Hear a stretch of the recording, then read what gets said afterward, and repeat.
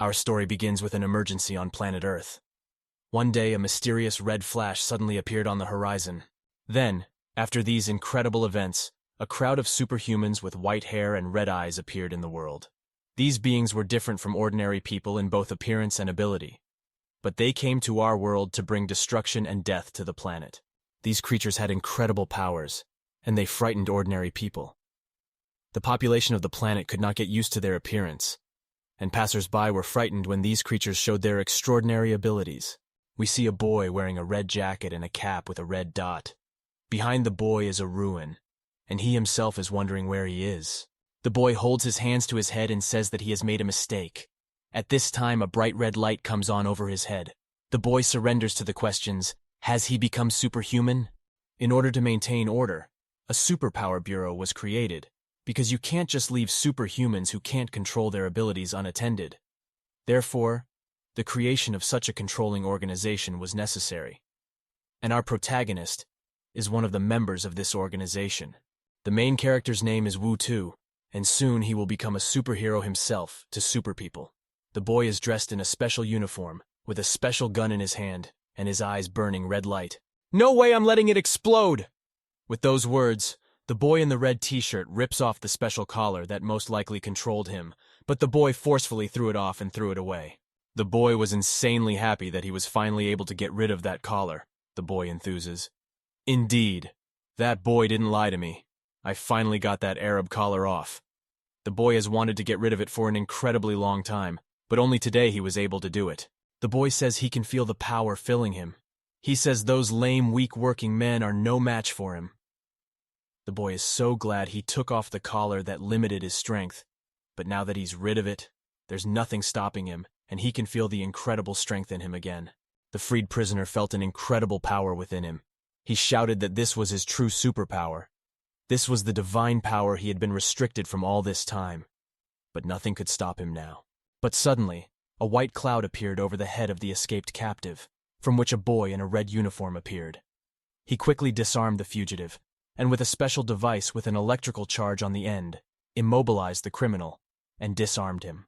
The boy who had just gotten rid of the collar was furious at this development. He couldn't understand how these guys from the Bureau of Superpower Countermeasures had come so quickly. As soon as he got rid of the collar, the boy in the red uniform appeared a few seconds later and immediately disarmed him with his weapon. A boy in a red uniform stood in front of the lawbreaker and said, "No way! Who gave you permission to take off your collar, huh?" The boy pointed his gun at the offender and waited for an answer to the question, for what he had done was illegal. The defender of law and order said that the perpetrator was now very dangerous because he had gotten rid of his collar, which he should not have done. The perpetrator was very unhappy about this, insulting the boy and shouting that he would regret it and take revenge for it. A boy who is an employee of the Bureau reports that he captured a superhuman commander who was able to open the collar. The boy reports that his first assignment went pretty well. He was clearly pleased with himself, keeping his foot on the defeated enemy and looking at the ruined building in front of him. But the boy is answered, "How could you catch him so quickly? Are you sure that every step of the rules was strictly observed? After all, when apprehending criminals, a special order of action must be followed, which must not be violated." The boy was very surprised at this. He replied, "What? Is it unusual to use a steel fork and a parasitic bullet in an arrest?" The boy was sure that he had done everything by the rules, because in the situation he was acting strictly on his instincts, and he really wanted to complete the task, so he didn't think about following the instructions. The boy realized that he needed to get the instructions and see how to do it correctly. He seemed to be missing 2 pages from the middle. The boy did not hide his annoyance and pulled out the red book, which was an instruction manual for apprehending criminals. He was trying to figure out what he had missed and where the other 2 pages he had not read had gone. Turns out those pages were stuck together from the rice. And when the boy read the whole manual, he missed those sticky pages. Once the boy managed to fix the book, he shouted out in surprise, "Wow, there's so much stuff in here." Turns out the boy had really missed a lot of important points for his work. The boy was trying to find the point in the directory to which the offense of the detainee would fit, for he could not hold the detainee without evidence. And so the boy was told over the phone that he had to find the reference book item that this criminal had violated before he could arrest him. The boy said, on the phone, Isn't it strange that his eyes and mouth are glowing? The boy thought that this might be the very sign that would allow the criminal to be legally apprehended. And indeed, at that time, the detained criminal's eyes and mouth began to glow with red light. Red lightning was coming from his face, and everything around him began to vibrate. Something very strange was clearly happening to the detainee. At this time, the boy was still on the phone and describing the symptoms of the detainee. He was immediately told over the phone, "Forget it. Forget it. Forget it. You have to hide. Take care of yourself." The boy did not understand what was happening and why he was asked to hide, because just now he had defeated this criminal in a matter of seconds, but now he had to run away from him. But no sooner had the boy listened to the phrase on the phone than suddenly there was an explosion, a very strong and powerful explosion. The explosion gave off a red glow, and there were very large red lightning bolts around, many times larger than those that came from the face of the criminal. Everything around it was shattered. This powerful explosion damaged the buildings still standing and the whole building. The place where the boy had apprehended the criminal was destroyed, and the surviving houses were left in ruins. The suspect, who had only recently been apprehended by the boy working at the bureau, was lying on the ground, his body still emitting bright red lightning bolts, this man's eyes glowing white. He said, "Wait a minute. It turns out I have such a powerful amplification ability." The man didn't expect that he could have such power, because he had been wearing a collar lately and couldn't show off his power, so he was surprised at what had happened.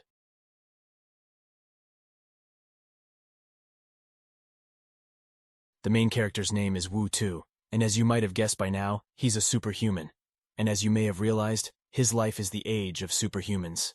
And the source of all these incredible changes in the life of people on the planet is a catastrophe that happened 60 years ago. The subsequent action takes place on June 1st, 1999, in a certain city in the East China Sea. We see a subway car with people in it. In the middle of the car are two girls watching something on their phones and laughing together. It looks like a normal day where everyone is going about their business, but it seems that this day will end differently than usual. Suddenly, one of the girls received a notification on her phone. It was the news that a mysterious red light had illuminated the horizon. The girls immediately saw a picture of this phenomenon, and both said it was insanely beautiful, and they would like to see it in person. But it seems that they can do it.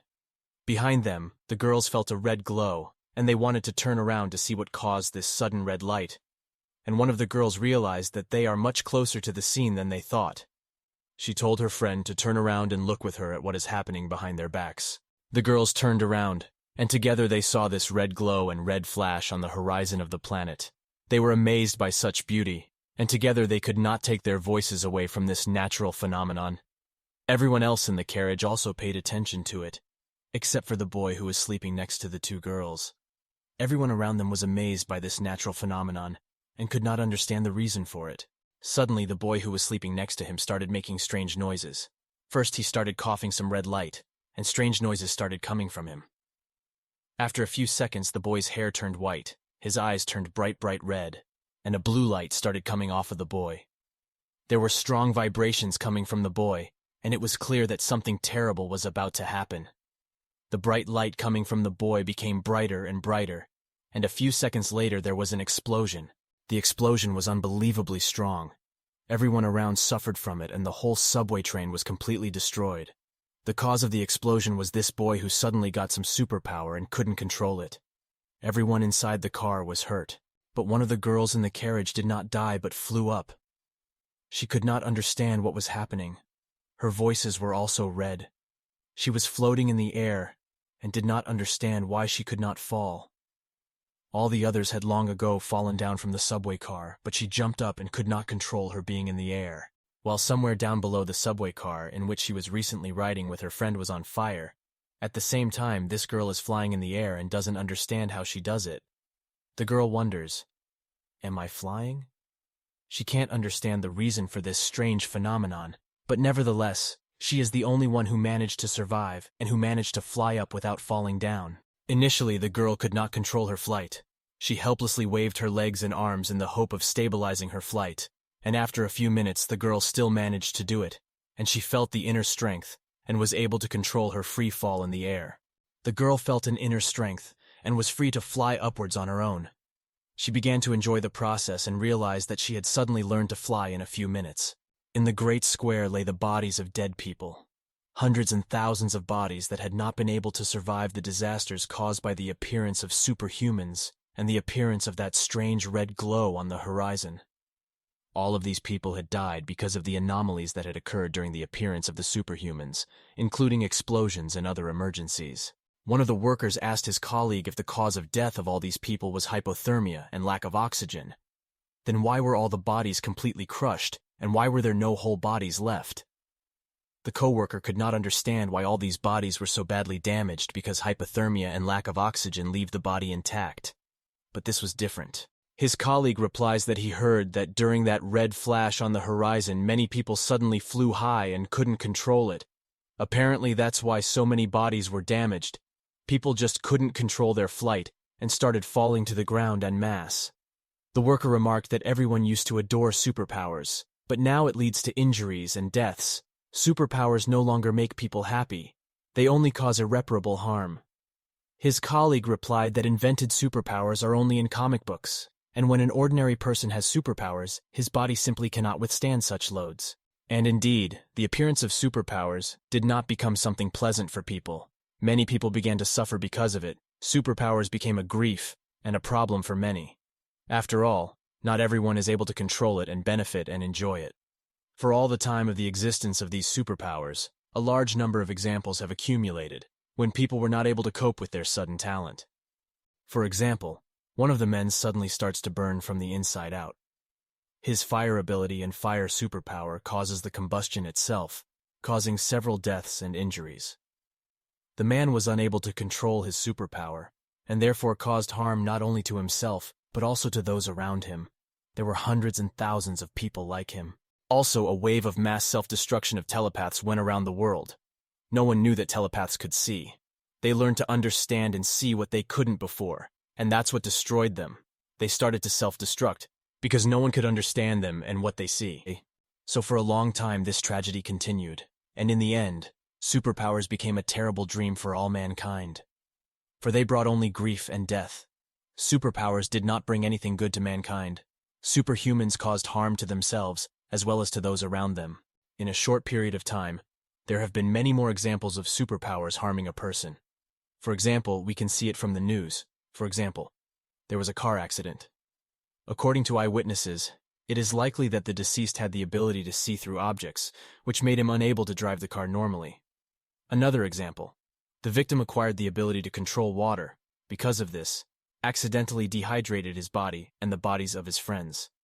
A person with the super fire ability burned down 300 houses in a city within 3 days.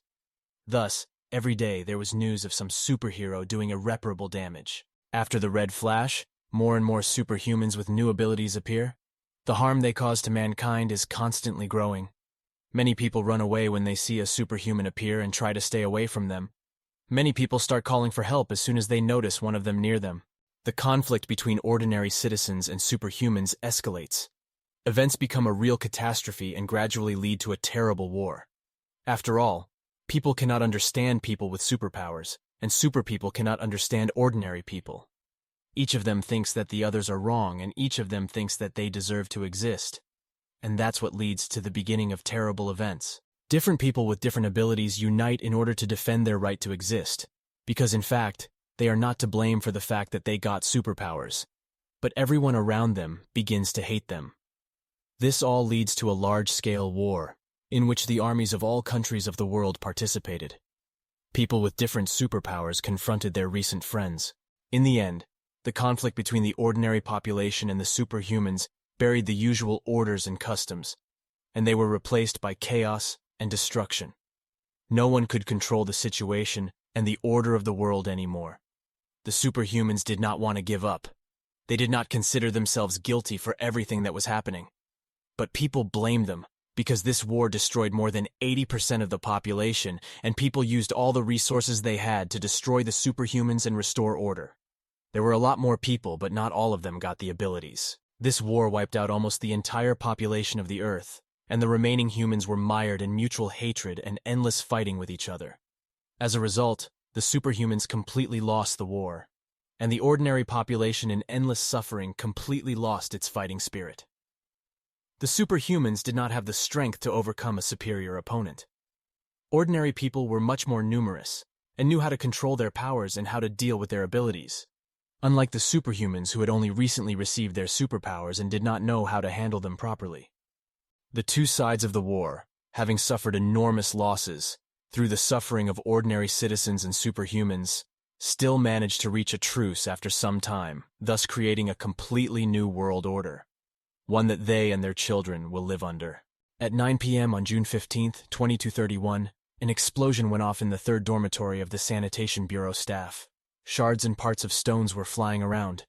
It is unclear what happened, but clearly something strange and related to superpowers. A hand appeared from under the rubble. Someone was clearly buried under the rubble of this dormitory and was about to get out.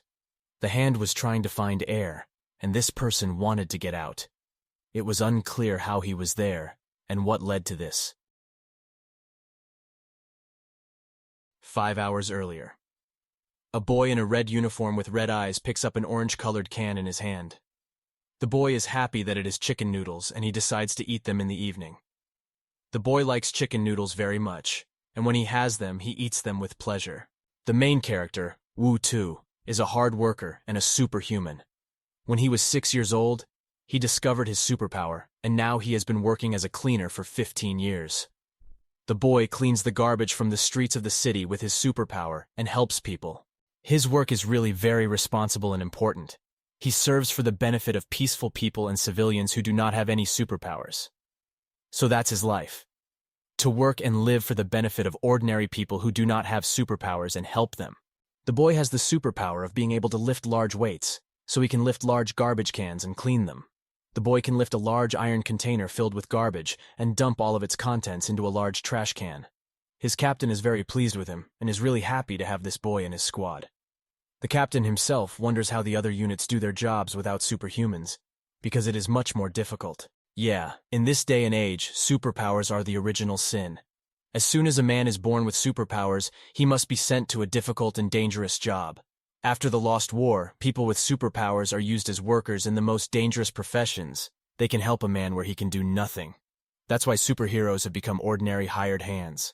The captain shouted to the boy to go to bed early tonight, and that he dare not even be late tomorrow, because tomorrow they would have a lot of new work to do. The boy raised his hand approvingly and said that he would do everything, and that he would be on time tomorrow. This collar around his neck, which the boy always carries with him, helps contain the power of the superhumans and prevents them from harming humans. After the Lost War, it became an important attribute of every superhuman. Each of them has this collar on them that controls them. And this collar cannot be removed in any way, even by using superpowers. While the boy was sitting on a bench, resting after his work, a crowd of children walked by him, with their teacher walking beside them. She said to the children, "Kids, pay attention, we're here. This uncle is a superhuman worker." At the same time, the teacher pointed her finger at the boy sitting on the bench. The teacher looked at the children who were standing next to her and said, "Let's give the uncle the presents we have prepared." It turned out that the children had some small packages in their hands, and they all handed them to the boy. After all the children had given their presents to the boy, the teacher said, "Come on, guys, say, worker." "No, better Uncle Worker. Thank you." The teacher asked all the children to thank the boy who was sitting on the bench at this time and looking at this crowd of children with surprise. The teacher explained that this uncle is a superhuman. Nowadays he works hard to make up for his sins of the past. She told the children that absolutely, they should not discredit people with superpowers. They are very useful and help ordinary people with difficult tasks. At this time, the teacher was holding a camera and filming the boy like a museum piece. After a few minutes, the teacher walked on, leading the little children with her. They went to the side and the teacher said, "Okay, you just touched a superhuman worker. Take some tissues and wipe your hands thoroughly." Apparently superheroes were not honored in this world, and the teacher asked the children to wipe their hands as much as they could without touching the boy. But the boy didn't care what the teacher said about him. The main thing was that he had cookies in his hands, which the children handed to him. The boy liked these sweets very much, so he quickly forgot everything that was said and was very happy to receive such gifts. Suddenly a superhuman courier flew past the boy. He raced past the boy at the speed of light, late to deliver his new order. It was another man with superpowers who was doing a very ordinary job, that of a courier, and as he flew past the boy, he knocked all the cookies out of his hands. The boy could only stare after him, watching the aftermath of his flight down the street. This was a man with super speed, and it was obvious that his job was to work as a courier delivering food and other things. In this he had no equal, because this man was faster than an airplane. The boy did not pay attention to this problem and did not get angry with this superhuman. The boy took out of his pocket a big black bag and collected in it all the scattered cookies. Then the boy went happily waving this bag and enjoying a beautiful day after work time. The boy was on his way to his home. He lived in a large dormitory for people with superpowers. People like him lived there. Separate buildings with special rooms were built for superhumans. These people lived separately from the rest and lived in special buildings. One of these buildings was where the boy was headed. As the boy approached his room, he saw his roommate. He shouted at him and showed him his bag of sweets. The boy decided to show off his presents to his roommate. But his neighbor also took cookies out of his pocket and showed the boy. It turns out that he also got this gift, and he shows the boy that he also has these cookies. The boy shouted, "You and I are both lucky." His neighbor frowned back and said, "Yes, lucky." The boy did not share such joy and was rather annoyed with his fate. But our hero did not notice it and shouted joyfully, "See you tomorrow." He said goodbye to his neighbor and went into his room. The boy's neighbor also went into his room. He was sad and clearly annoyed with his situation. The boy undressed and remembered his friend's words. "Yes, how lucky we are. These privileged commoners are just feeding us garbage. He's so naive. Lucky him." With these words, the boy touches the collar that restrains his neck, the collar that limits all of these people's superpowers. The boy tearfully tries to remove it, but as usual he fails, because this collar cannot be removed. The boy is obviously not as happy as his friend. He cannot accept such a fate, when his abilities are limited by the collar and kept as a slave in special buildings. But our protagonist, sitting in his room, was happy that he remembered his chicken noodles. He had been waiting all day to eat it. After all, the boy was very fond of chicken noodles. He looked at the box of food with loving eyes, waiting for the time when he could finally taste it. The boy said, "I never thought he would eat the same food as I do as a normal person, because usually they are given a different food, not like the rest of us, because they live separately and eat separately too." The boy read the instructions for the noodles and realized that to cook them, you have to pour hot water over the contents and wait 3 minutes. The neighbor heard all these joyful cries of the boy and could not understand why he was so merry. The neighbor could not understand this happiness, because in his head there was only darkness and grief.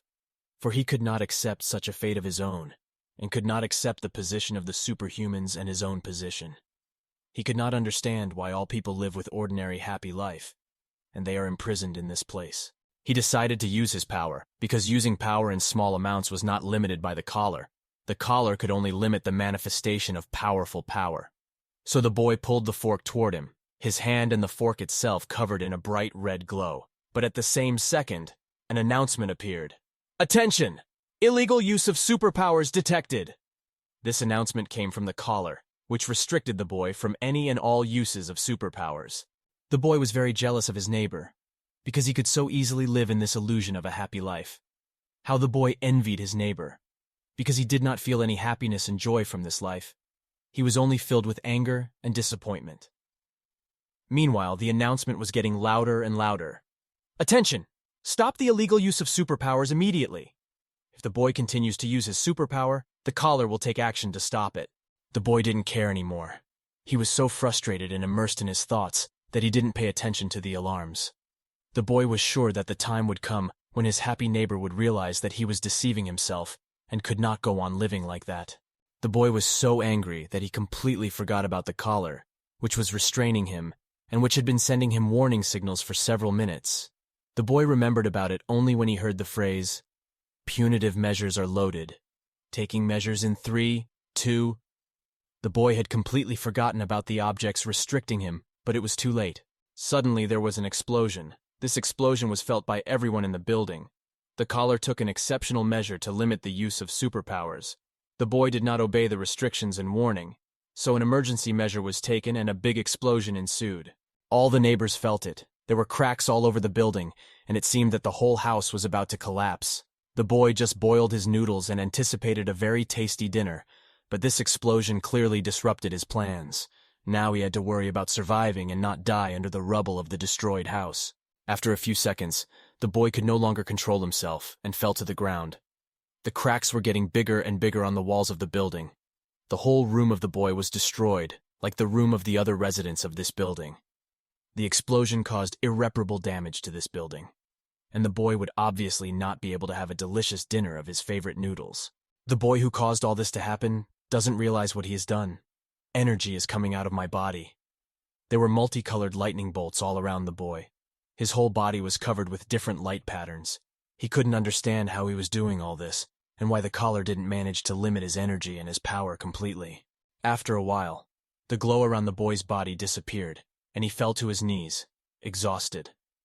The boy couldn't understand how the collar worked, and why it produced such a strong restriction of power.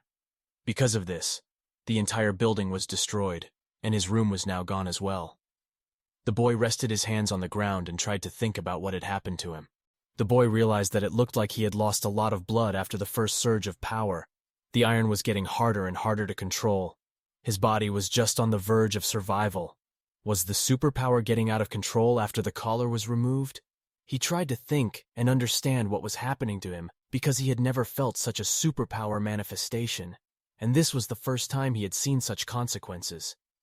If this keeps going on, my body will soon be... The boy didn't have time to finish the sentence, as he fell down under the rubble. The boy tried to get out of the rubble. He jumped using his strength and tried to get away from the collapsed building. The boy grabbed a chair and jumped up, trying to find a place where he would be safe, because every second more debris was falling on him. The boy sat staring at the ruins of the building he just stood in, and tried to realize how he'd done it, and why his power was so unpredictable. The collar had never happened before, and the collar couldn't have had such horrible consequences, because the collar was designed to keep others safe from the power of superhumans. Suddenly another man appeared behind the boy. He slowly approached the uncomprehending man and said, "The first release of power must not be so pleasant, is it?" The man approached the nothing-understanding boy, who still couldn't get to his feet. The man continued talking to the boy. "I see. You must be Iron and Dong. It looks like you have a lot of side effects, and you don't have much strength. But after the explosion, you were alive and well, so you passed the test." The boy, who had just experienced such a big explosion, couldn't understand what was happening or who was standing in front of him. He asked, "Who are you? What is this ordeal?" He was trying to find out if what he had just experienced was planned, and if so, who had set it all up. The man says, "Ha ha ha, you just took the collar off and your emotions are running high, I understand. And I'm the one who helped you get rid of it." The man stood proudly in front of the boy and told his story. He was dressed in black clothes with yellow inserts. He was in good physical shape. He had abs on his skis and his stomach, and like any superhumans, he had blonde hair and red eyes. But the boy didn't believe this man. He was still in a heavy emotional state and shouted, "Helped? Superhumans can't control their power, and that's why they die. Are you trying to hurt me?" After these words, the boy used his power to pick up the objects that were lying next to him, including the knife and the debris, and pointed them towards the man. But the superhuman standing in front of him calmly replied, "Didn't you seek death before I came? Besides, do you really want to die like this?" He really didn't want to hurt the boy and tried to talk sense into him, as he realized that he was in a difficult emotional state, and it was hard for him to make decisions and think about what had happened. The man continued to speak calmly. "Now that you are free, don't you feel that something has changed? Don't you want to know the reason?" The man tries to intrigue the boy, realizing that he would obviously want to know the reasons for this strange development in the last hours. The boy tried to think over everything the man told him. After that, he put down all the objects he had picked up, including knives and debris. The boy didn't want to hurt the man anymore, and realized that the man didn't wish him harm either. The boy really wanted to find out the reasons for such strange events, and therefore decided to trust the man who appeared next to him. The man was happy about this news, and the fact that the boy didn't want to hurt him anymore and put down all the dangerous objects. The man laughingly said, "Ha ha, and you are smart. I love smart people." It was clear that the man liked the boy and really wanted to help him. The man calmly walked up to the boy who had risen, put his arm around him and said to him, "Come with me. First we'll deal with the defect in your abilities." The man was cheerful and clearly pleased with the way their dialogue had ended. After all, the boy had just a few minutes ago threatened the man with the rubble of a building. The boy could not leave so easily. He turned around and looked thoughtfully at the ruined house. The man noticed that the boy was not happy about something and asked, "What is it?" "Ah, thinking about your friends." The man understood the reason for the boy's strange behavior. The man said, "Just released and you're still worried about other people? Emotional recovery is going well." The man was satisfied with the boy's interest in his friends. The man cheerfully ran away from the boy and said, "Let's back up a bit." As soon as he said that, the man put one finger in his mouth and whistled loudly.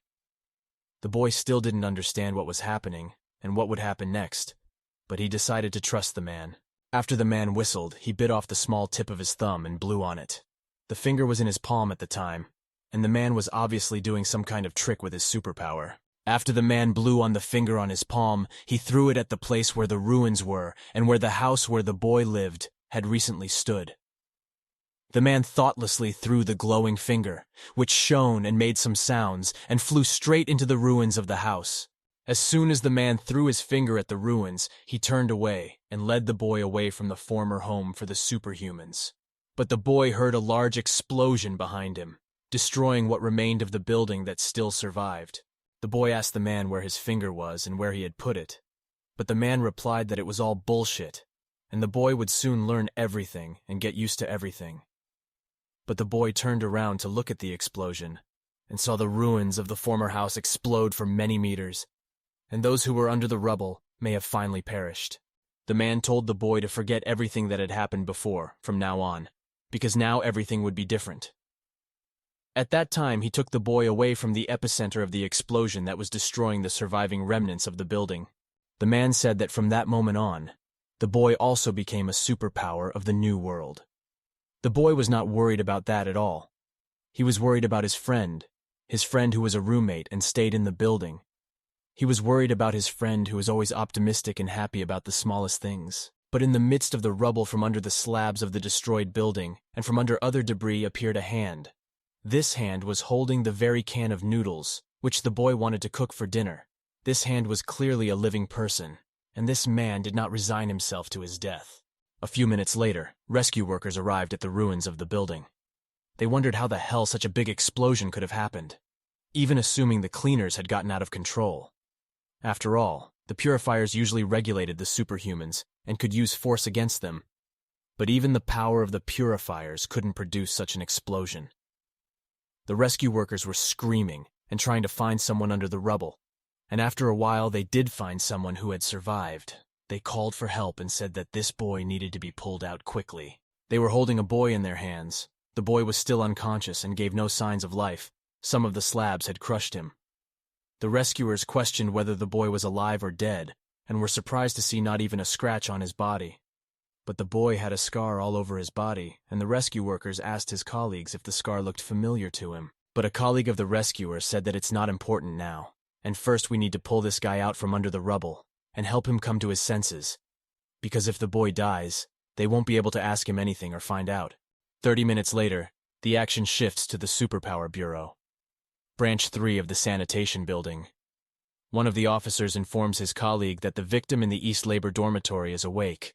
The captain responds that he understood it. The girl who was an employee of this bureau informed the captain that the boy was in the interrogation room. If the captain, he could talk to the victim himself and ask him the appropriate questions. The woman had gray hair and red eyes. The man was holding a workbook in his hands at the time, but in it was enclosed a comic book that the man read during his breaks from work. The man pretended to be doing something important, but he wasn't. The girl realized it too and told the captain that instead of reading children's books, he'd better go and interrogate the guy with her. But the captain immediately argued that it's not a children's book. It's a manga. It's called manga. The man was clearly offended that the girl called his comics a children's book. At this time in the request room, the girl enters the boy's room. Meanwhile, he was eating incredibly fast the chicken noodles that were brought to him. The boy was very happy to have his favorite dish removed. So without wasting a second, he tried to eat everything quickly as he was insanely hungry. The girl who had just entered the boy's room warned him to eat slowly, or he would choke. The girl really didn't expect the boy to be so interested in noodles, because she didn't know that it was his favorite dish. But after the boy raised his head, The girl noticed something unusual about his appearance. She noticed that the boy had the exact same scar as Yunisha. She hadn't originally noticed this scar on the boy, but now she took a good look at him, realized that the scars were indeed very similar, but the energy and heat fields were not at all similar. She tried to make some checks with the glowing devices while the boy kept his eyes on his food, but after the girl made all the checks and calmed down, she sat down across from the boy and watched him eat. The girl thought, if you look closely, he's a pretty cute kid. As the boy finished his noodles, she watched him without taking her eyes off him. Suddenly the boy starts choking on the noodles. Apparently he choked because he was eating too fast. The boy starts coughing and spits out the noodles. The girl saw this and shouted, "I told you about you!" The girl wondered if the noodles were that good. She had warned the boy many times not to eat too fast, but he didn't listen and ended up choking on it anyway. But a man appeared from behind and answered the girl's question. "Of course!" The girl was frightened because she did not expect an answer from behind and shouted, "Captain! You scared me to death! You cannot appear so suddenly!" The captain stealthily approached from behind the girl while she was looking at the boy and did not notice another person entering the room. The captain said that for workers like this boy, any hot meal would be delicious. After all, workers do not eat hot food, and for them it is insanely delicious. And the girl said that all these workers are capable laborers, and you can't talk about them so contemptuously. The girl decided to stand up for the workers, because they do very important and often dangerous work, and one should not talk about them with disdain. On the contrary, one should respect and thank them. The man told the girl not to pick on his words, but to explain why he was here. He asked if this boy was the survivor. The girl said he was. The captain looked surprised at the boy who offered her noodles. The man said in surprise, "No way, not a scratch." Well, it was now obvious that he was definitely not an ordinary laborer. The man and the girl were very much surprised that after such a large-scale collapse of a building in which so many people died, the boy not only did not die, he was not even injured. In addition to his assumption, the man said, "After all, normal people don't have bellies that stretch like that."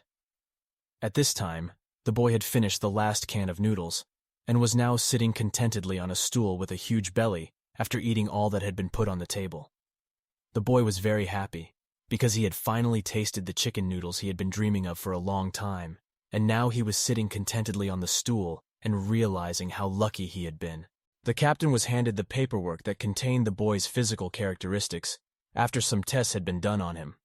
The man asked the girl if she was sure that the measuring device used to measure the boy's strength was in good working order, for the captain could not believe the characteristics he saw in front of him.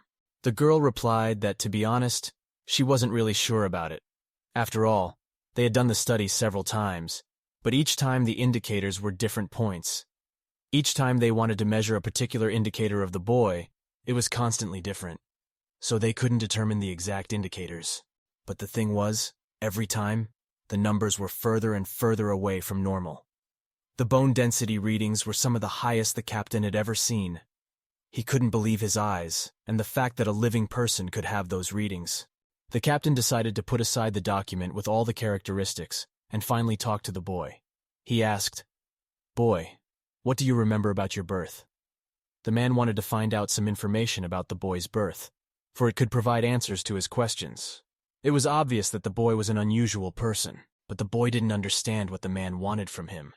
And to his question, the boy answered, "What? About my birth? And what is birth?"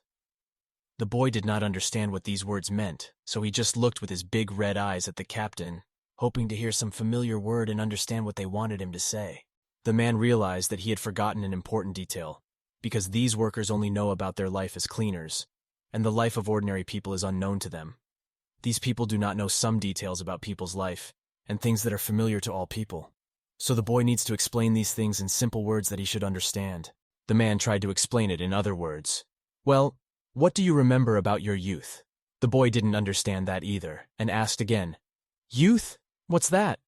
The man realized that he didn't get it either, so he asked, "Well, do you remember yourself in your childhood years?"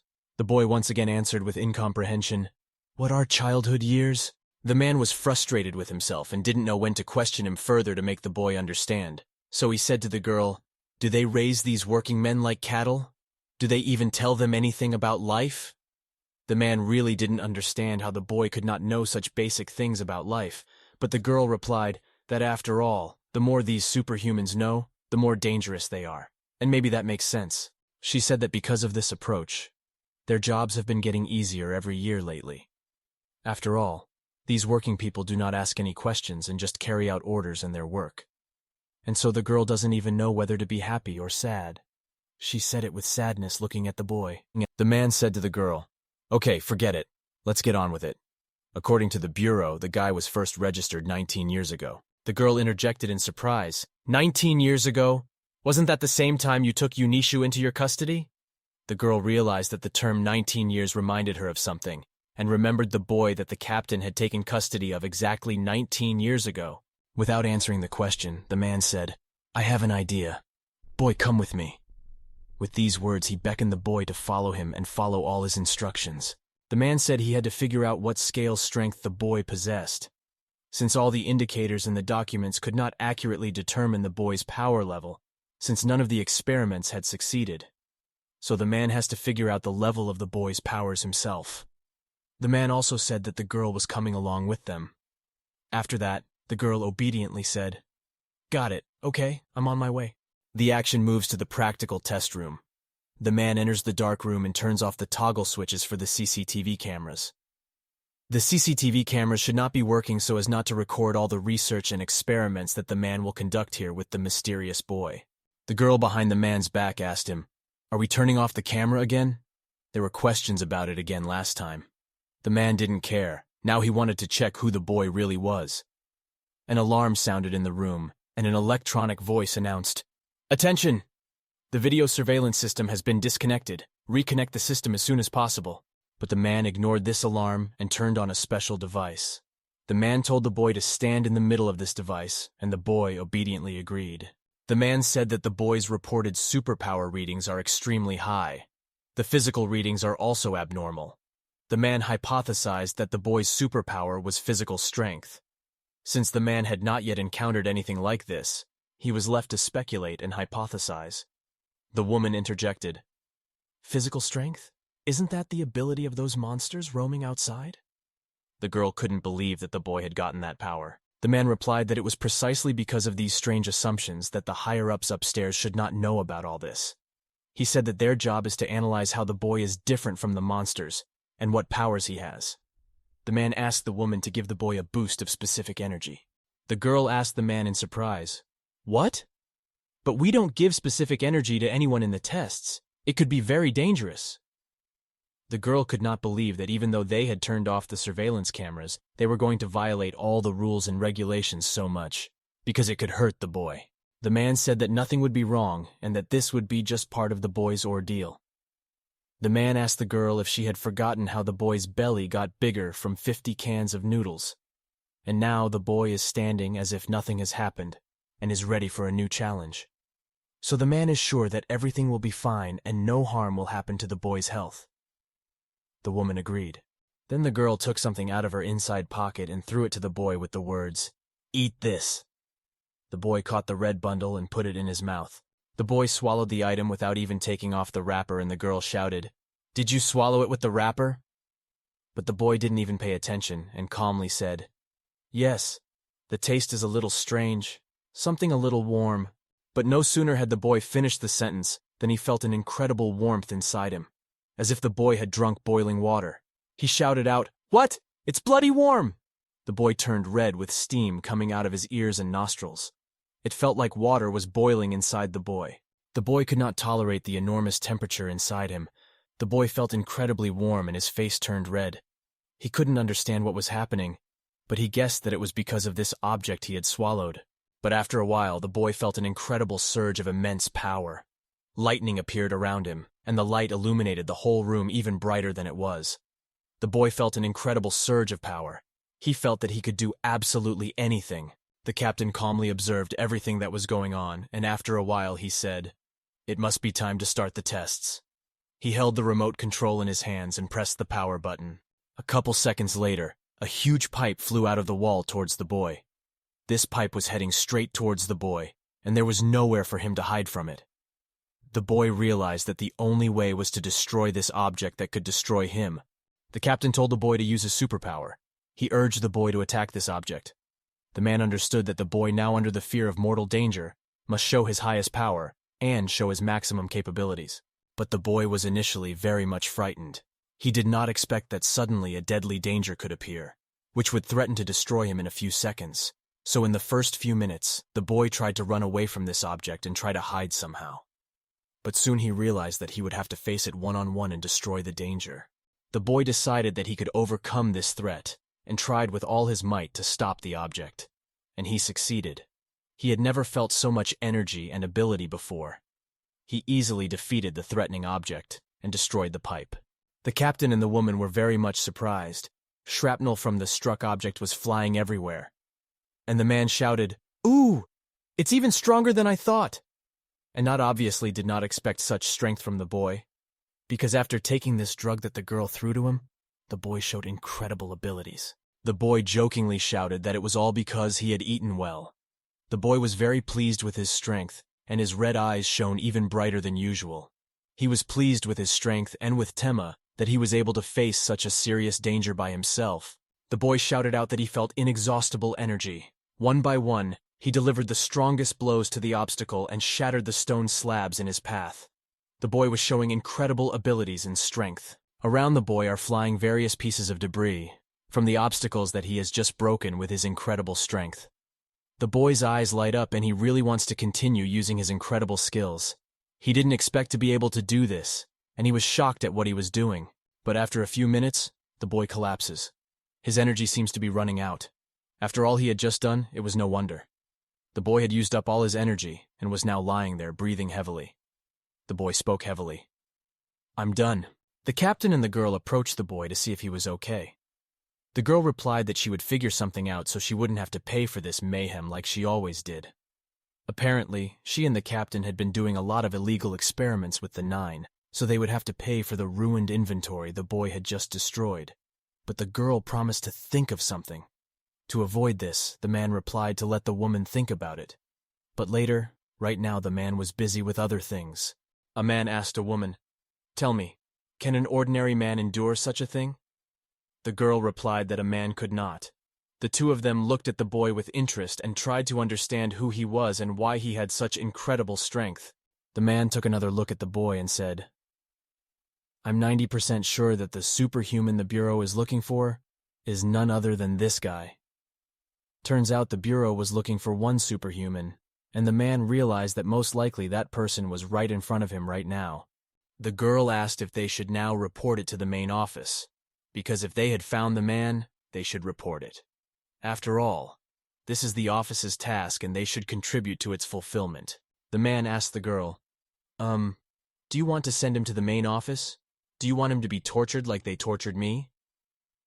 The man certainly did not want to hand the boys over to the wrong hands, for he knew that he would be treated very badly there. The man suggested that it would be better to sell the boy on the black market in the middle of nowhere to a crazy doctor. The girl didn't appreciate the joke and said she knew the man would say something nonsense. You see, in that short period of time, the captain and the woman became worried about the boy and didn't want him to fall into the wrong hands and be abused. The man, after his joke, said, I'm kidding. Being a team doctor, you must have improved your fighting skills quite a bit."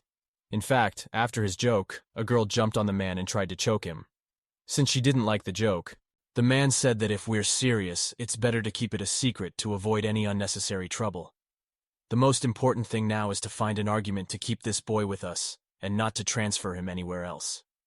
These were the last words the boy heard, after all his strength had been exhausted during the ordeal. He lay exhausted on the floor and listened to the conversation between the man and the woman for a while. But within a while, he lost consciousness completely. After a while, the boy wakes up. He rises sharply from the bed and tries to understand where he is, tries to remember everything that happened to him recently. It seemed to him that it was all a dream, but the memories slowly came to his mind. The man stood next to the boy and asked, "Awake?" "Yeah, well, unfortunately, this isn't Skyrim province." The man was standing next to him, finishing his comic book. He came to see if the boy was all right and how he was feeling. After assuring him that the boy was fine and well, the man said, "Well, welcome to the Superpower Bureau." The man found an argument for keeping the boy here and not handing him over for experimentation and torture. So now the boy is a full member of the Bureau. The boy asked in surprise, "Bureau opposing superpowers?" The man looked at the uncomprehending boy and thought, how easy it is to fool him. The boy was still sitting on his bed and looked at the captain standing in front of him with uncomprehending eyes. But suddenly, the boy remembered a key detail from his life and confidently told the man, "I'm a cleaner. My job is to take out the garbage in the 14th block." The boy remembered that he had a job, and he had been working as a cleaner for a long time, using his superpower. The man looked at the boy disappointedly and asked him, "Cleaner? Does the cleaner get paid enough money to make up for the damage you did in the training room?" The man reminded the boy of his training where he had destroyed a lot of items, and those items needed to be rebuilt. Because of them, someone had to pay up. The boy looked at the captain again in surprise and asked again, "Money? What is money?" The man had already forgotten that the boy had never encountered money. He worked every day without pay because he was superhuman and was exploited without reward. The boy lived simply to work. The girl approached the captain and said quietly, so the boy wouldn't hear, "Boss, he's a common laborer. How can he know what money is?" The girl hurriedly reminded the man that the boy was a common laborer, and he did not know about money or pay for labor. The man remembered all these details and said, "Well, if you don't want to stay with us and help us look for criminals, then I'll have to give your neighbors the bad news." The man thinks that the boy does not understand what is going on, and he does not even realize what opportunity he is offering him. The boy looked at the man even more surprised and asked him again, "Give them the bad news? But what bad news?" The boy did not understand what news the captain could tell his neighbors, but the woman yanked the man back again and said to him, "Boss, he doesn't understand. He understands absolutely nothing. He doesn't know anything at all except his job." The man realized it already too. Leaving his attempts to explain something to the boy, the man said, "Wow, I didn't even expect this." Men and women could not even guess how unaware the boy was of the order of the modern world. The woman whispered quietly in the man's ear, "I have an idea. I think it will work. We've studied him enough to know what he's really interested in." The man listened intently. After a few minutes, a huge number of cans of noodles were placed on the table in front of the boy. The girl and the man had already realized that the boy adores noodles and is ready to eat them in huge portions. So they decided to take advantage of this by bringing to the boy huge portions of his favorite dish. The man told the boy that from today he was an official member of Special Squad Number 2. No objections were accepted. The boy was given a special uniform which was distinguished by red and black colors. The boy put on this uniform. He liked it very much. The man said that these were the only clothes they could find for the boy now, so they might be too big. The man also asked the boy if he would ever grow up again. From behind the man's back, the girl said that according to the experiment, in the past 2 days, the boy's metabolism has increased 1,000 times, and the growth rate is a multiple of the growth rate of several years. The girl suggested that the boy's superpowers, coupled with long-term malnutrition, were the reason for this incredible growth. She also believes that it is necessary to take into account the specific environment after all. Theoretically, the boy is now very similar to those monsters that walk around in the city. In the end, the girl said that in the future she plans to personally monitor the boy's diet. The girl believes that it is very important to monitor how much the boy eats in order to maintain a stable growth, and that the boy always has strength. The man agreed and said that the girl should stay away from him in the near future, since his hormone levels are unstable again. The man said that periodically he gets uncontrollable areas around his body with super low temperatures.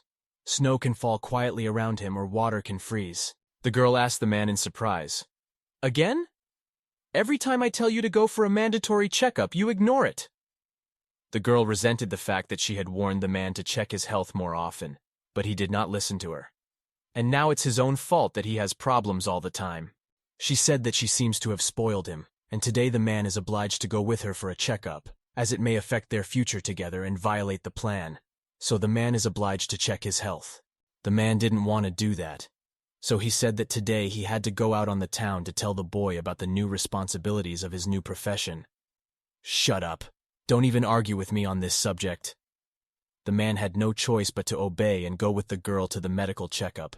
The man realized that resistance was useless. He had to obey the girl, and leaving the room, he said that he had not been out in the city for a long time, and that people should take a walk sometimes. The man tried to change the decision of the girl, who was a nurse, but nothing helped. The girl told the boy he needed to find Misha and Locke, and it will be great if the boy can meet them. After all, the boy has no friends at all, and he needs new acquaintances in his new profession. And he should not constantly get involved with hopeless people, as he did before. Already headed towards the exit, as suddenly remembered something and said, "Oh, I almost forgot. I have a present for you here." With these words, the girl reached into her belt pouch with her hand. The girl took out of her bag the very object, a red candy bar, which the boy ate without even taking it out of the package during the experiment. The girl said that the boy could put it in a loop on his special clothes, because it's very convenient. She said that this bar is 100 times more effective than the one they gave him during the test. She said the boy could only eat it and use it with her permission, and that he wouldn't dare touch it until she gave him permission. The boy obediently agreed, and promised not to touch the object until it was necessary, and the nurse gave him permission. He was very glad that she had entrusted him with such an important thing. The girl forgot to add the most important thing. She leaned over to the boy and told him, "Also, most importantly, never. Don't ask. Where do these bars come from? Remember?" The boy obediently said that he had memorized everything and would definitely not break any rules and ask unnecessary questions. He thanked once again the trust and the opportunities he had been given. And so, what we have in the end. One day, the planet had an emergency situation, and superhumans appeared on the planet. These are people with certain superpowers. But there was a problem. It turned out that people were not able to control their superpowers. And so it led to terrible events. Some people harmed themselves and others using their acquired superpowers. This couldn't last long, so sooner or later there was a war between ordinary people and super people. Super people lost this war, and after many years there was a rule that super people are hired workers for ordinary people. They have no rights, they don't get paid and live in special dormitories. Supermen have lost the war and now have to work off their sins of the past. Among these supermen, there appears a boy, whose superpowers are unbelievable. The boy has a huge power, and by chance he gets into the bureau.